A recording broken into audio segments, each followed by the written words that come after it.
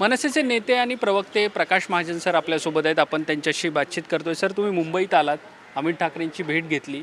काही दिवसापूर्वीचा घटनाक्रम आपण बघितला तर थोडेसे आपण पक्षावरती नाराज झाला होता. निमित्त होतं त्याला इगतपुरी इथलं झालेलं शिबिर. आहे माझं काही म्हणणं होतं. हां. कदाचित माझा काही गैरसमज असेल, त्या सगळ्या संयोजकाचा काही गैरसमज असेल आणि त्या गैरसमजातून ते सगळं नाट्य घडलं. प्रसिद्धी माध्यमाच्या लक्षात आलं नाही, मी नाही आहे आणि मग त्याच्यातून हे नाट्य घडलं. थोडा संयम मी ठेवायला पाहिजे होता असं अमितजीचं म्हणणं होतं. मला ते मान्य आहे. पण त्यातून एक चांगली गोष्ट अशी घडली की कुणीतरी एक पक्षातला वरिष्ठ नेता अशा पद्धतीनं अशा घटनेची दखल घेतो, हे फार महत्त्वाचं आहे. कारण अशा घटना वारंवार पक्षात होत असतात. कार्यकर्त्याचं एक म्हणणं असतं, नेता काहीतरी बोलत असतो, मग त्याच्यावर त्याला वाटतं अन्याय झाला, मग ते जाणार कोणाकडं? तर त्याला एक व्यासपीठ पाहिजे. पक्षांतर्गत असं व्यासपीठ असलं पाहिजे. माझ्या बाबतीत तर म्हणाल तर समजा माझा एक विचार आहे, तो पक्षाने स्वीकारावा न स्वीकारावा, त्याच्यातून काही नवीन बोलावं, तर मी कुणापाशी मांडलं पाहिजे? बरोबर. तर मी या फोरमवर येऊन मांडलं पाहिजे आणि त्याच्यातून पक्ष एक आपला निर्णय, एक धोरण जाहीर करेल. मग ते सगळ्यांनी आम्ही त्याचा पुरस्कार केला पाहिजे. असं आजपर्यंत काही झालं नाही. काही लोक ह्या बाजूनं, काही लोक त्या बाजूनं, काही लोक ह्या बाजूनं असं झालं. त्याच्यातून हा सगळा गोंधळ निर्माण झाला.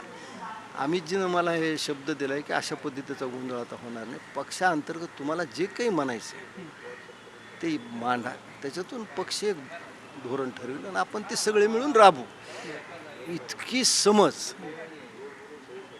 ह्या वयात मला वाटतं खूप चांगली गोष्ट आहे. त्यांचं कौतुक जेवढं करावं, माझे नेते किंवा ह्याच्यामुळं नाही, मी महाजन असल्यामुळे मी सहसा फारसं कोणाचं कौतुक करत नाही, पण मला खूप बरं वाटलं. बरं. दोन्ही ठाकरे बंधू एकत्र यावेत यासाठी तुम्ही सुरुवातीपासून आग्रहीत होतात. 5 जुलैचा मेळावा देखील झालेला आहे. मात्र त्यानंतर थोड्याशा वेगवेगळ्या घडामोडी घडताना पाहायला मिळतात आहे. या सगळ्याकडे आपण कसं बघता? हे पहा, 5 जुलैचं जर तुम्ही भाषण राज ठाकरेंचं ऐकलं असेल तर मराठी भाषेची चौकट याच्या बाहेर त्यांनी काही बोललं नाही. बरोबर. 2 भाऊ म्हणून एकत्र यायला हरकत नाही. 2 पक्ष एकत्र येण्याची एक प्रक्रिया खूप किचकट असते हां. आणि त्याच्याविषयी आत्ता आपण काही भाष्य करू शकत नाही. बरोबर. कारण ते सगळं धूरसर चित्र आहे. त्याच्यामुळं तो निर्णय काय आहे ते आमचे नेते राजसाहेब ते घेतील, तिकडचे जे कुणी घ्यायचे ते घेतील. पण मला असं वाटतं की 2 भाऊ एकत्र आले भाऊ म्हणून, हे पण ठीक आहे. बरं, ज्या मराठीच्या मुद्द्यावरती हे दोन्ही ठाकरे बंधू एकत्र आल्या त्याच्याशीच निगडीत आता एक प्रश्न आहे की राज्याचे मुख्यमंत्री देवेंद्र फडणवीस म्हणतात आहे की त्रिभाषा सूत्र जे आहेत ते आम्ही लागूच करणार. स्वर्गातला देवेंद्र, हां. दिल्लीतला नरेंद्र आणि प्रदेशातला रवींद्र हे तिघं जरी एकत्र आले हां.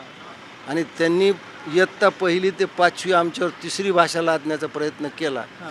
तर महाराष्ट्र नवनिर्माण सेना प्राणाने त्याला विरोध करेल. प्राणाने. त्यात कुठेही तडजोड नाही. ठीक. धन्यवाद महाजन साहेब, आपण ही सगळी बातचीत केल्याबद्दल. व्हिडिओ जर्नलिस्ट अरुण पेडणेकरचा मी देवेंद्र कोलटकर, NDTV मराठी, मुंबई.